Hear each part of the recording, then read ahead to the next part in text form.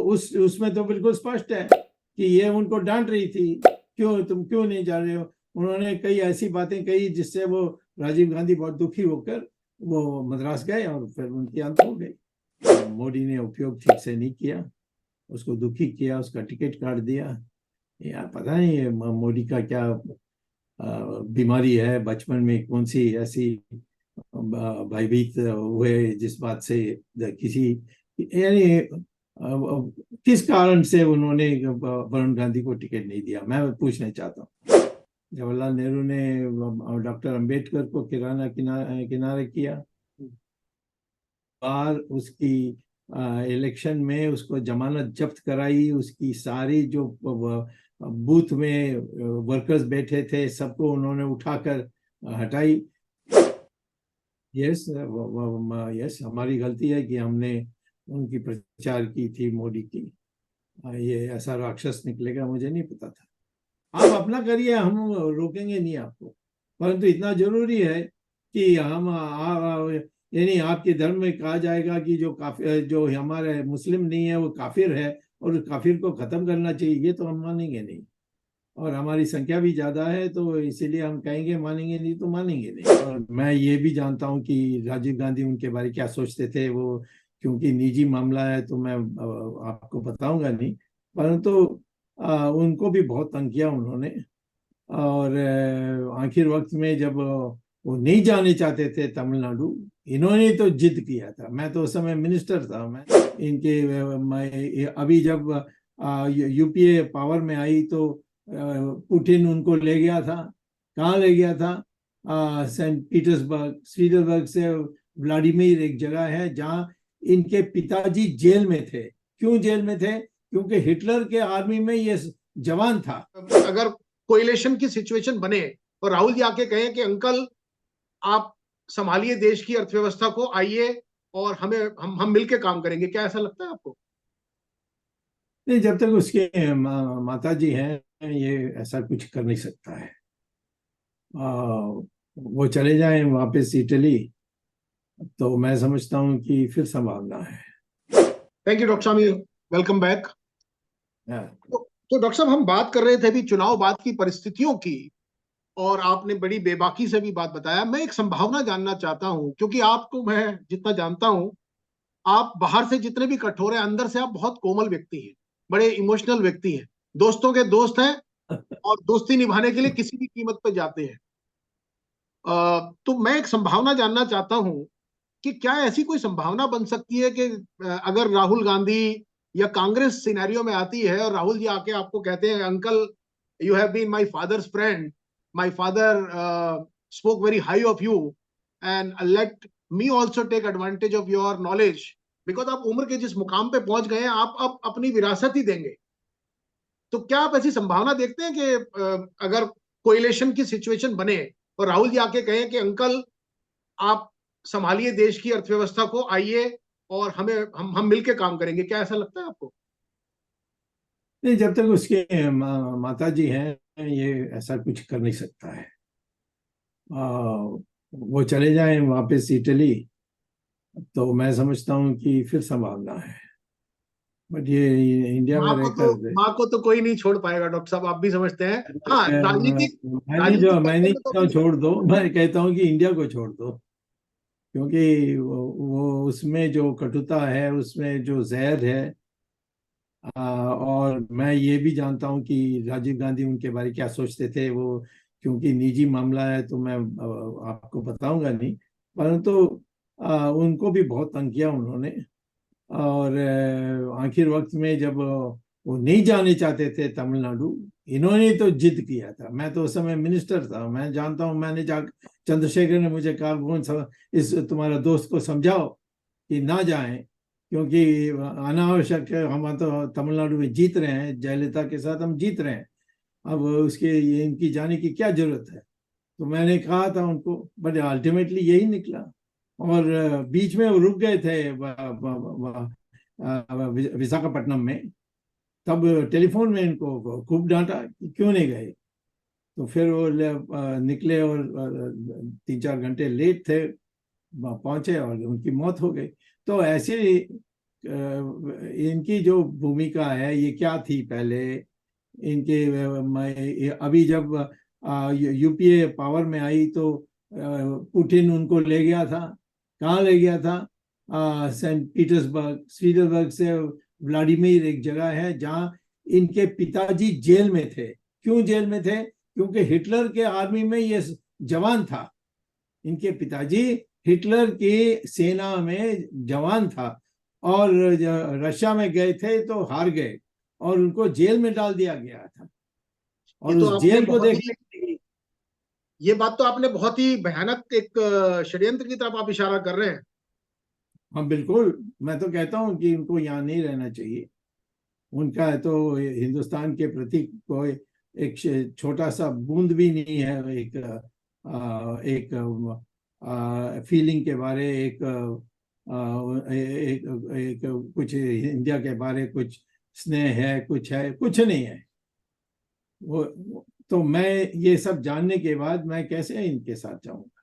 नहीं, लेकिन डॉक्टर स्वामी अभी जो आपने बात कही वो इशारा आप एक कंट्रोवर्सी, एक कॉन्स्पिरेसी की तरफ कर रहे हैं कि सोनिया जी ने राजीव गांधी जी को भेजा। हम लोग भी उस समय रिपोर्टिंग कर रहे थे, हमें भी चीजें याद है। तो आप जो कह रहे हैं ये तो एक बहुत बड़ी कंट्रोवर्सी की तरफ इशारा, एक बहुत बड़ी कॉन्स्पिरेसी थ्योरी आप बता रहे हैं कि उन्होंने जानबूझ के भेजा। उन्होंने अब जानते हुए भेजा या षड्यंत्र के कारण भेजा, परंतु वो नहीं जाते क्योंकि मैं चंद्रशेखर हम दोनों, मैं तो मिनिस्टर था, वो तो प्राइम मिनिस्टर थे। दोनों ने सारा इंटेलिजेंस की रिपोर्ट देखने के बाद मैंने उनको कहा कि आप तो जाने की क्या जरूरत है। तो पहले तो मुझे राजीव गांधी ने खुद कहा था कि ये चिदम्बरम और मणिशंकर अय्यर वो रो रहे हैं कि तुम नहीं आओगे तो हम हार जाएंगे, ये है वो है। तो दूसरा है कि जहां मीटिंग नहीं कभी रखनी चाहिए थी वहां उनकी आम सभा रखी गई थी, उसमें भी इनकी हाथ थी। तो कहीं जांच हो गई तभी तो हम स्पष्ट रूप से आरोप लगा सकते हैं। आज मैं इतना ही कहूंगा कि इनको अपने पति को विवश नहीं करना चाहिए थे जाने के लिए। और जब इनकी टेलीफोन में बात हुई थी, जब ये बीच में रुक गए थे विशाखापट्टनम में, तब इन्होंने घर फोन किया था। उस समय तो टैपिंग चलती थी तो हमको ऑटोमेटिकली मिल जाती थी। ये बीमारी इंदिरा गांधी के टाइम से चल रही है। तो वो उसमें तो बिल्कुल स्पष्ट है कि ये उनको डांट रही थी, तुम क्यों नहीं जा रहे हो। उन्होंने कई ऐसी बातें कही जिससे वो राजीव गांधी बहुत दुखी होकर वो मद्रास गए और फिर उनकी अंत हो गई। तो मैं नहीं कहता हूं कि इन्होंने अंत करवाई। मैं इतना ही कहूंगा कि एक पत्नी होने के कारण इनको एक करुणा होनी चाहिए थी, नहीं था इनका। तो डॉक्टर साहब मैं ये आपने जो बात कही इसमें एक चीज याद आती है मुझे। हमारा एजेंडा तो इलेक्शन इंटरव्यू का कुछ और था, लेकिन अब बात निकली है। राजीव जी के जो दोस्त थे उनमें एक दोस्त का नाम था अमिताभ बच्चन। जहां सोनिया गांधी जी आकर रुकी, जब वो पहली बार आई थी, शादी उनके यहाँ से हुई। उन्होंने तेजी बच्चन से मतलब बताते हैं जो लोग, और मां भी से जो उनके, अच्छा उनके अरुण अरुण नेहरू उनके दोस्त थे, रिश्तेदार भी थे राजीव गांधी के। तो जितने भी राजीव गांधी के बहुत क्लोज, आप भी उनके बहुत अच्छे दोस्त थे, जिगरी दोस्त थे राजीव गांधी के। आज वो सारे ही लोग, अमिताभ बच्चन, अरुण नेहरू तो अब जीवन में भी नहीं है, तो ये सारे लोग क्यों अलग हो गए डॉक्टर साहब? अब क्या जाने, क्योंकि मैंने तो कभी राजीव गांधी को भूला नहीं, मेरे स्मरण में सदा रहते हैं। और दुखी हूँ कि वो ज्यादा दिन प्रधानमंत्री नहीं नहीं रहे, रहता। क्योंकि वो सब हमारी जो बातें कहती थे, करते थे, वो सोचते थे, करते थे। जैसे उन्होंने मंदिर खुलवा दिया, फिर उन्होंने टेलीविजन में रामायण दिखाई, महाभारत दिखाई, फिर शिलान्यास विश्व हिंदू परिषद का उन्होंने करवा दी। और मुझे उन्होंने ये कहा था कि मैं दोबारा आऊंगा तो मैं राम मंदिर बनाऊंगा। कौन से यानी जब राम का मंदिर नहीं बना सकते हैं तो हिंदुस्तान में और क्या बना सकते हैं। तो ये मेरा जो स्नेह था वो ये था कि इसकी सिद्धांत सारी इतनी स्पष्ट थे। दूसरा है कि हमारी डिफेंस का भी उन्होंने इस तरीके से फंस गए उसकी और उसकी दामाद दामाद ने उसकी जो पात्रोची। सोनिया की जो, हाँ हाँ हाँ उसके, हाँ सोनिया की बहन की जो पति जी था, जी। उसने रिश्वत ले ली वहाँ बोफोर्स। हाँ बफॉस बफॉस की, और सारा इश्यू इनके ऊपर थप गया, और ये जवाब भी नहीं दे सके, कोई खड़ा भी होने के लिए तैयार नहीं हुआ। और वीपी सिंह की गद्दारी भी बहुत जबरदस्त हुई थी उसमें, ये भी जो भाग गया था, अरुण नेहरू भी। तो मैं ये कहता हूँ कि इन सारी चीजों में इनको एक क्या कहें, एक निष्ठा के साथ उसको रहना चाहिए था। और फिर एक बार हमने वाजपेयी की सरकार को गिरा दी, तब जयललिता ने मेरे ऊपर बहुत दबाव दी कि नहीं नहीं जी जी। इसको, ये बहुत बदतमीज है, ये है वो है, आपकी इसको। आपकी चाय पार्टी अभी तक सुर्खियों में है लोगों हाँ की। हाँ हाँ, तो चाय पार्टी में ये आई थी, और फिर वचन दिया था, और आखिर में जब हमने गिरा दिया, तो जाकर प्रेसिडेंट को कहती है वो अकेला सरकार बनाएगी। ये तो इतना बड़ा विश्वासघात था। तो उस दिन से मैंने तय किया कि इस महिला से कभी शिष्टाचार हो नहीं सकता, ये है और कुछ नहीं। तो आपके डिक्शनरी में माफी वर्ड नहीं है? नहीं, इस मामले में थे फिर तो वो ये क्या मोहम्मद गोरी के साथ कौन था वो, पृथ्वीराज ने, पृथ्वीराज 3-4 बार छोड़ दिया, और आखिर में उसका सिर कट गया। तो मैं कोई वो पृथ्वीराज का गलती नहीं करूंगा। अच्छा, एक सवाल और ये कि ये प्रियंका जी, राहुल या वरुण गांधी आपसे संपर्क में बाद में रहे, आपसे बातचीत कभी हुई? नहीं नहीं, ये इनका किसी का नहीं था। वरुण गांधी जी से आ, नहीं हुई? वरुण गांधी से है, वो अच्छा लड़का है, उसका मोदी ने उपयोग ठीक से नहीं किया, उसको दुखी किया, उसका टिकट काट दिया। यार पता नहीं ये मोदी का क्या बीमारी है, बचपन में कौन सी ऐसी भयभीत हुए जिस बात से किसी, यानी किस कारण से उन्होंने वरुण गांधी को टिकट नहीं दिया, मैं पूछना चाहता हूँ। कोई औचित्य है, कोई आधार है, कुछ है? आपसे वरुण नहीं, गांधी जी दो ज्यादा बार प्रभावित हो जीता गए। है। वरुण गांधी जी हाँ? आपसे वरुण गांधी जी आपसे बहुत प्रभावित हो गए थे, सच बोलने लगे थे अपनी पार्टी में। वो अपनी पार्टी की नीतियों की आलोचना करने लगे थे। तो उसमें क्या है, वो तो आपकी किताबों को। लोकतंत्र में हो सकता है। लोकतंत्र और तो यहाँ नहीं है। उसको बुला भाजपा में कर तो लोकतंत्र कहते नहीं हैं कि है। भाई, भाजपा में हाँ आंतरिक लोकतंत्र नहीं है, भाजपा में सिर्फ हाँ, मोदी वो तंत्र है। ये नहीं नहीं, पहले था, मैं बता रहा हूँ, जब मैं दीनदयाल उपाध्याय थे तब बहुत था, जनसंघ में मैंने बहुत देखा, खुलेआम बातचीत होती थी। कभी भाजपा की वो हमने प्रस्ताव जो रखे थे उसको भी फेल किया था नेशनल एग्जीक्यूटिव में। तो ये सब इसके आने के बाद हुआ है, इन्होंने ऐसे ही बना दी कि सिर्फ कोई भी थोड़ा भी काबिल व्यक्ति है तो फिर उससे वो मुड़ी डरता है, पर और डॉक्टर साहब उसी जी, आप पर। बताएं, आपने तो 60 साल से ये सब चीजें देखी हैं, 50 साल से। आज हम्म, राजनीति में बौद्धिकता, राजनीति में चरित्र, इंटीग्रिटी, ऑनेस्टी, प्रिंसिपल, ये तो डिस्क्वालिफिकेशन है। आप लोगों के टाइम के जो लोग थे, उनका चरित्र था। वो अपोनेंट भी अगर होते थे, भले ही वो किसी भी पॉलिटिकल पार्टी को, इंद्रजीत गुप्ता हो, वो मुस्लिम लीग के जी बनात वाला हो, वो भारतीय जनता पार्टी के अटल बिहारी वाजपेयी हो, जिनको नेहरू जी ने ये कहा था ये हमारे फ्यूचर के प्राइम मिनिस्टर हैं। लोग एक दूसरे की मदद करते थे। इवन जेपी लोहिया, जो कहानियां हम सुनते या पढ़ते हैं, तो आज की राजनीति में तो वो चीज अब खत्म हो गई है। आज आप किसी ऐसे राजनेता को देखते हैं युवाओं में, जो 30 30 35 40 साल के युवा हैं, तेजस्वी हो या अखिलेश हो या बाल ठाकरे का पोता हो, तो आपकी निगाह में कोई ऐसा है जिसको आप पॉइंट आउट करना चाहोगे कि हाँ भाई ये व्यक्ति है? व्यक्ति तो बहुत हैं, तो सवाल है कि वो कुछ कर सकते हैं कि नहीं, है वो है। और दूसरा है कि आप ये मत समझिए कि जवाहरलाल नेहरू में के टाइम पर सब लोकतंत्र था। जवाहरलाल नेहरू ने डॉक्टर अंबेडकर को किनारे किया, बार उसकी इलेक्शन में उसको जमानत जब्त कराई, उसकी सारी जो बूथ में वर्कर्स बैठे थे सबको उन्होंने उठाकर हटाई। तो ऐसे कई चीजें उस समय बाहर निकले नहीं।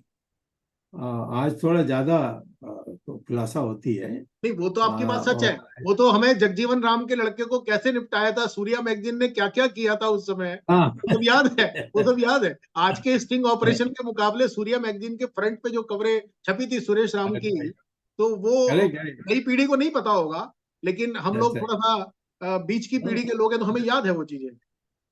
तो अच्छा, मैं आपकी ये कहूँगा, हाँ जो जी, आप कहिए जाइए कहिए जाइए। कहिए। नहीं, मैं कह रहा हूँ कि सिर्फ जो उस समय जो आने जाना पार्टी से वो नहीं होता था। जी जी। आज किसी को पार्टी से कोई लगन नहीं है। अब तो सत्ता है ना आओ सर, चल, कुछ भी करिए, सत्ता सत्ता पावर बस।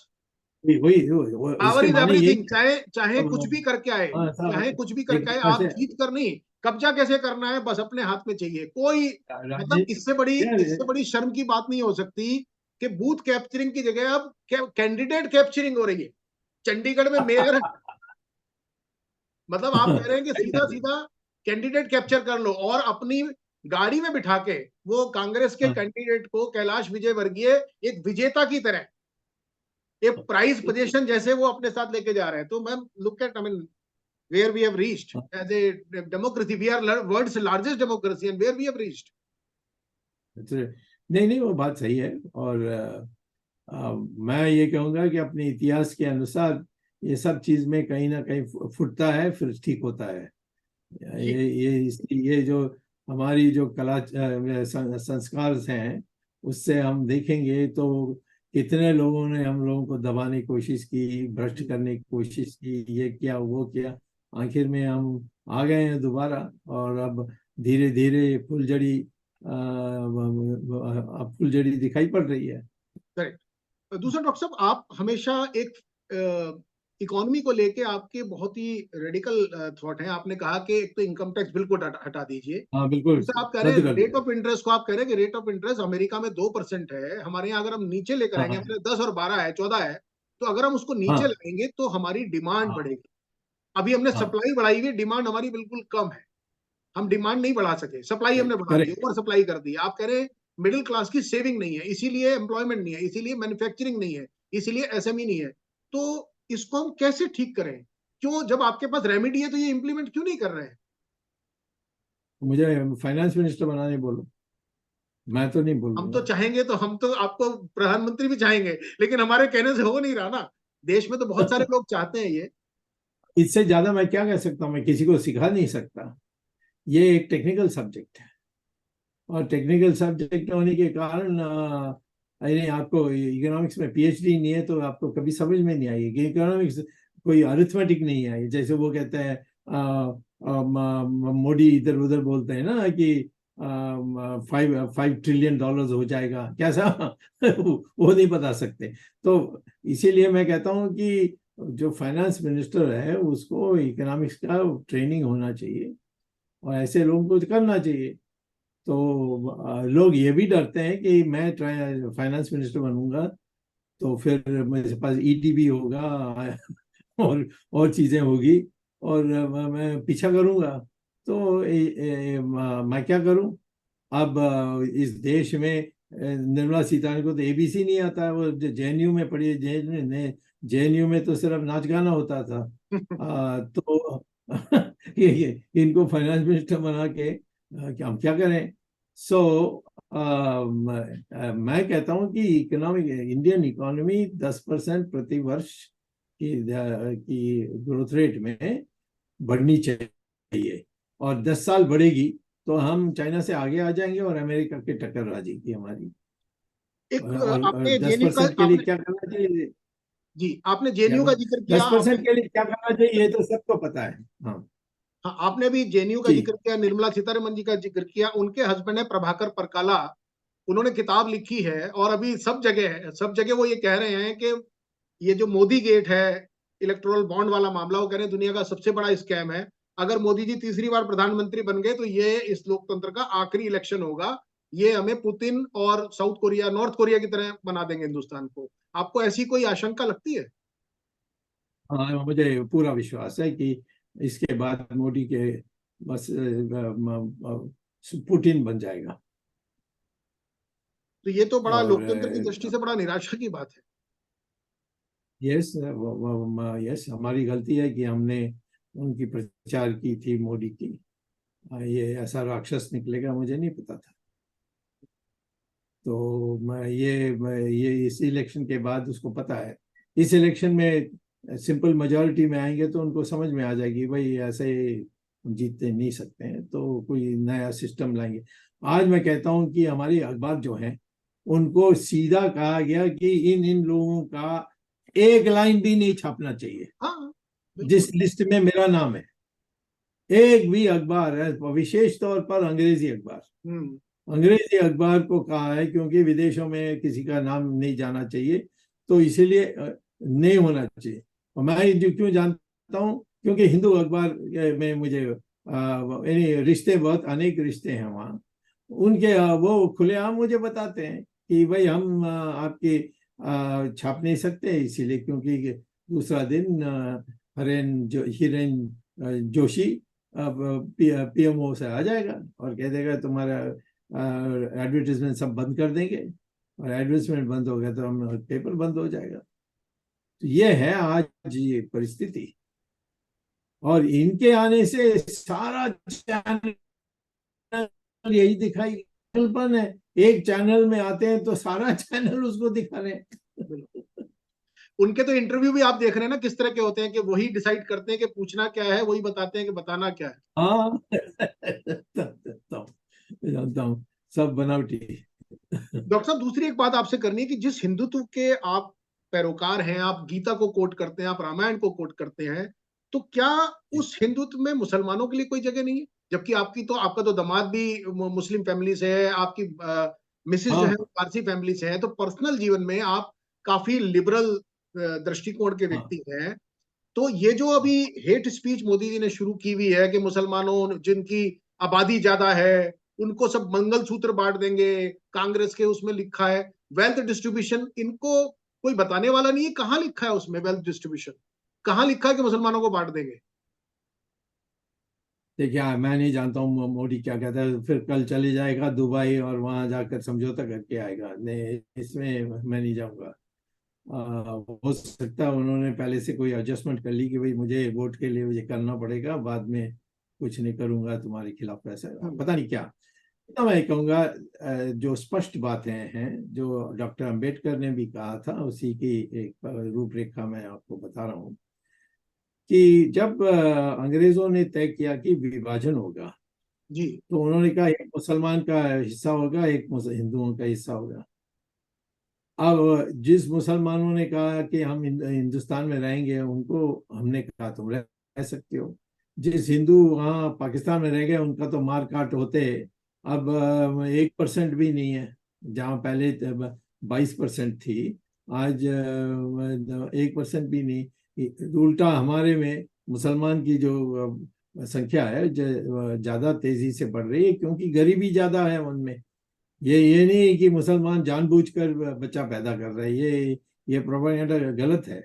ये है कि हमारे हिंदुओं में भी देखोगे कि जो गरीब हिंदू हैं उनके घर में ज्यादा बच्चा पैदा होते हैं। लालू जी हैं। तो हाँ, लालू जी। हाँ, हाँ, लालू प्रसाद यादव जी। हाँ, वो भी गांव से आए हैं ना। जी। तो मैं ये कहता हूँ कि आ, ये सिर्फ हिंदू से मुस्लिम का सवाल नहीं है। दूसरा है कि हिंदू और मुस्लिम का जो डीएनए है वो एक ही है। इसके माने ये सब पूर्वज हिंदू हैं इनका। जी। जी। जी।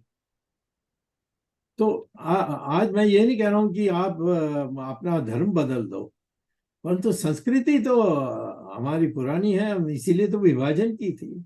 जिन लोग हमारी संस्कृति, गुलाम नबी आजाद ने तो यह बात बोली थी कि हम सारे हिंदू हैं, हाँ, सारे, वो तो बोल चुके हैं। हाँ, बिल्कुल।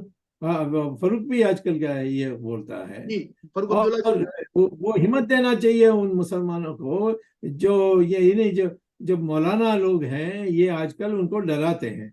तो हम उनको इन्हें हौसला बढ़ाना चाहिए कि हाँ आप ऐसे ये आप मुसलमान जरूर रहिए, आप जितना नमाज पढ़ना पढ़िए। और हमारे हिंदुओं में तो हम कहते हैं कि सब धर्म से आपको या सर्व उपासना पद्धति से आपको वरदान प्राप्त होगा। तो इसीलिए हम नहीं कहेंगे कि हमारा रास्ता ही सही है, बाकी किसी का नहीं है, जैसे मुसलमान कहते हैं, इस्लाम में कहा जाता है, जैसे क्रिश्चियनिटी में कहा जाता है, हम कहते नहीं है। तो ये समझाना होगा।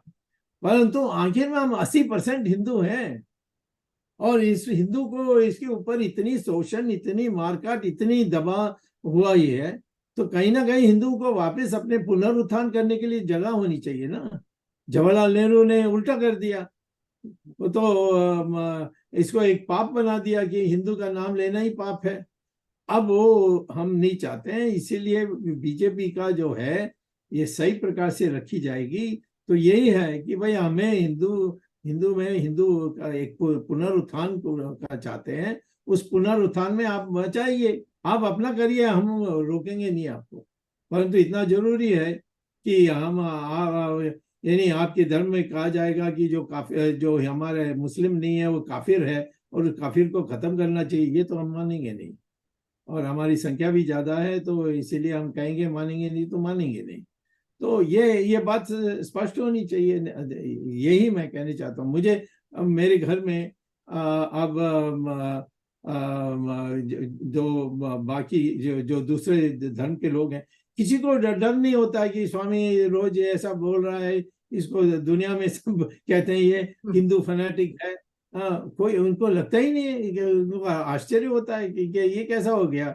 तो मैं कहता हूँ ये हमें हीन भावना जो हिंदुओं में है उसको दूर करना चाहिए। हम हिंदू हैं, गर्व से कहते हैं हम हिंदू हैं, और हिंदू में पुनरुत्थान कैसे लाएं, क्योंकि कई चीजें हैं जो गलत है, उसको मिटाना है और नए तरीके से लाना चाहिए। पर हिंदू कहने का मतलब हम मुसलमान को धमकी तो नहीं दे रहे ना, उनको थ्रेट तो नहीं दे रहे कोई ना। धमकी नहीं है, इसीलिए भारत कह रहे हैं, हमारी गणराज्य तो भारत है।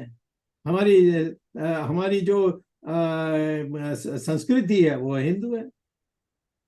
हिंदू माने क्या, हम ऐसी कोई बात नहीं है जो मुसलमान नहीं मान सकता है। हम कहते हैं एक पुरुष को एक ही महिला से शादी करनी चाहिए। हम मुसलमान को 4 अलाउड है, तो हम क्या जाने। हम कहते हैं हमारे देश में नहीं हो सकता। हमारे देश में एक मुसलमान, एक मुसलमान औरत, और हिंदू में भी यही है।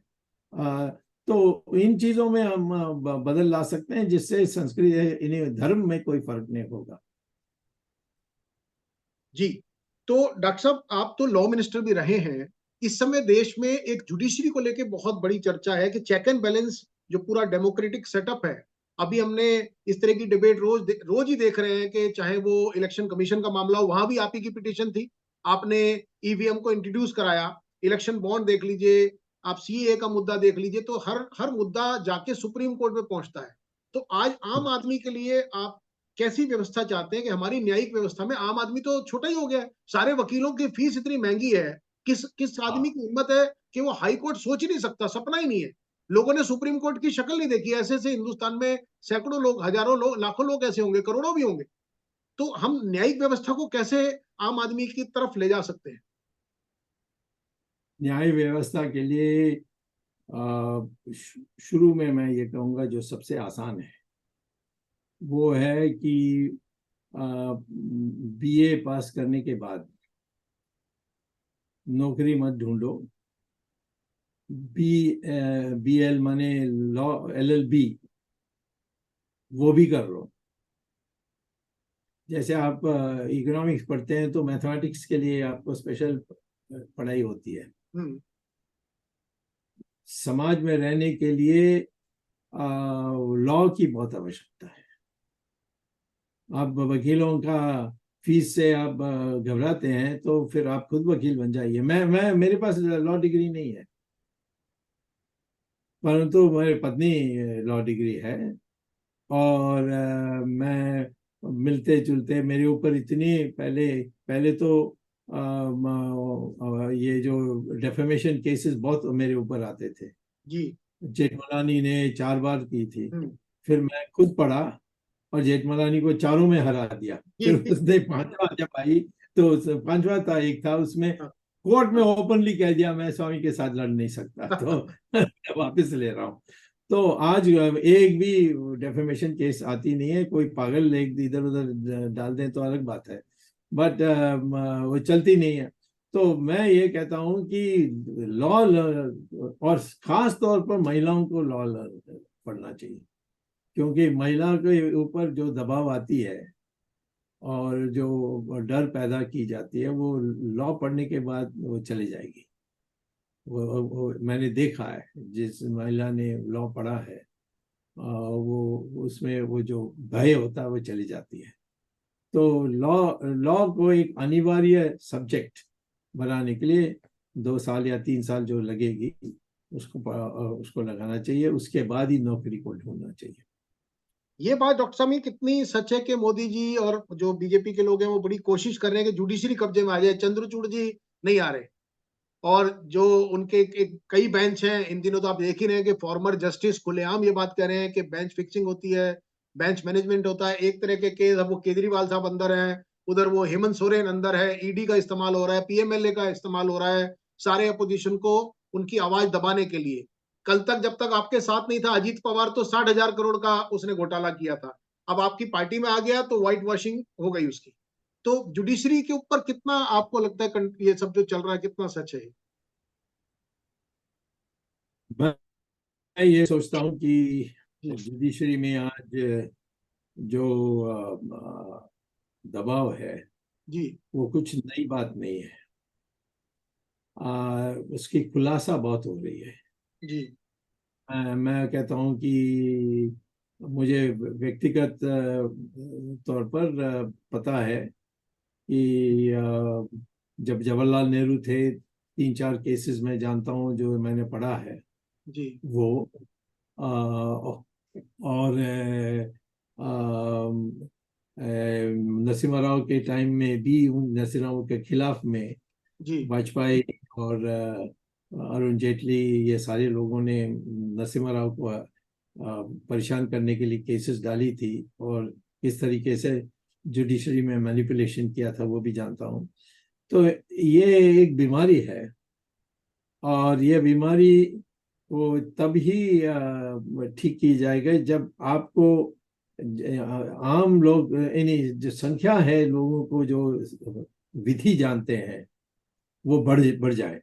अमेरिका में भी ऐसा होता है, परंतु वहाँ सब कहीं ना कहीं जो विधि है, विधि को उन्होंने पढ़ा है और वो आर्ग्यू कर सकते हैं। तो मैं कहता हूँ कि आप इसको ठीक करने चाहते हैं और इसके लिए 100% समाधान ढूंढने चाहते हैं, तो फिर मैं कहूँगा कि सबको लॉ पढ़ना चाहिए, और ज़्यादा टाइम नहीं लगती है, और आपको वो नौकरी करते हुए भी शाम की क्लास में जाकर पढ़ के आ सकते हैं। आपको सिर्फ ये पता लग जाए तो धीरे धीरे आपको एक सम्मान मिलेगी। जो जैसे लोगों को पता होगा कि आप लॉ जानते हैं तो सब लोग सावधान हो जाते हैं, कहते हैं कि भाई इसको छेड़ो मत। तो ये इसकी सलूशन हमारे हाथ में है, और इसकी समाधान उसी तरीके से निकाल सकते हैं।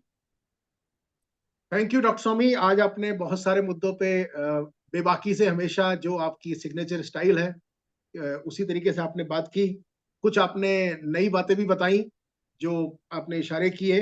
तो हम उम्मीद करते हैं कि हमारे दर्शकों को समझ आई होगी कि जो राजनीतिक इतिहास है उसमें क्या किस तरह की चीजें हुई, और जो आपने बताया अगर लोग उससे सबक सीखें और उस पर इम्प्लीमेंट करें तो शायद हम एक अच्छे, सार्थक और एक मजबूत लोकतंत्र की तरफ जाएंगे। और मेरी शुभकामनाएं कि आप जो आपकी एक नेचुरल आपका फ्लेयर है चाणक्य वाला, वो आप प्ले करें, और चाय वाले से अब हम चाय पार्टी की तरफ जाएं, और चाय पार्टी के केंद्र बिंदु आप हो, ताकि जो नई सरकार बने। मेरी दिलचस्पी इस बात में है कि जो आपके पास सोल्यूशन है इकोनॉमी को ठीक करने का, वो हमें करना चाहिए, क्योंकि हमारे पास इतनी बड़ी संख्या में अनएम्प्लॉयड यूथ है, हमारे पास ग्रे पॉपुलेशन है। हमने 60 साल के बाद लोगों को घर बैठा दिया, जबकि दूसरे अच्छा, देशों में वो 70-80 साल तक काम करते हैं। तो कितने बड़ा अच्छा, अच्छा। हमारे पास एक्सपीरियंस, रिसोर्स, नॉलेज पूल है जो जिसको हम यूज नहीं कर रहे हैं, जिसको हम सही यूज बात, कर सही सकते हैं बात। As a nation. हम टर्न अराउंड कर सकते हैं। तो मेरी शुभकामनाएं उस राष्ट्रीय लक्ष्य की वजह से कि अगर डॉक्टर स्वामी के पास वो सोल्यूशन है तो why not, why should India be deprived of intellectual knowledge resource which we have. तो मैं इसी शुभकामनाओं के साथ आज की ये बातचीत यहीं खत्म करता हूं और आपसे 4 जून के बाद मैं फिर आपसे वापस आऊंगा बात करने के लिए। और आपने ये भी आपसे वादा, मतलब आपसे चाहूंगा कि यदि नई सरकार में आप फाइनेंस मिनिस्टर बने तो पहला इंटरव्यू आप हमें दीजिएगा। हाँ ठीक है, ये प्रॉमिस है हमारी। थैंक यू डॉक्टर स्वामी। अच्छा भगवान दे रहा आपको हूँ मैं। आपको स्वस्थ रखे, भगवान आपको स्वस्थ रखे। और लोकतंत्र में आप जैसी आवाज होनी जरूरी है, बहुत जरूरी है। नमस्कार। नमस्कार।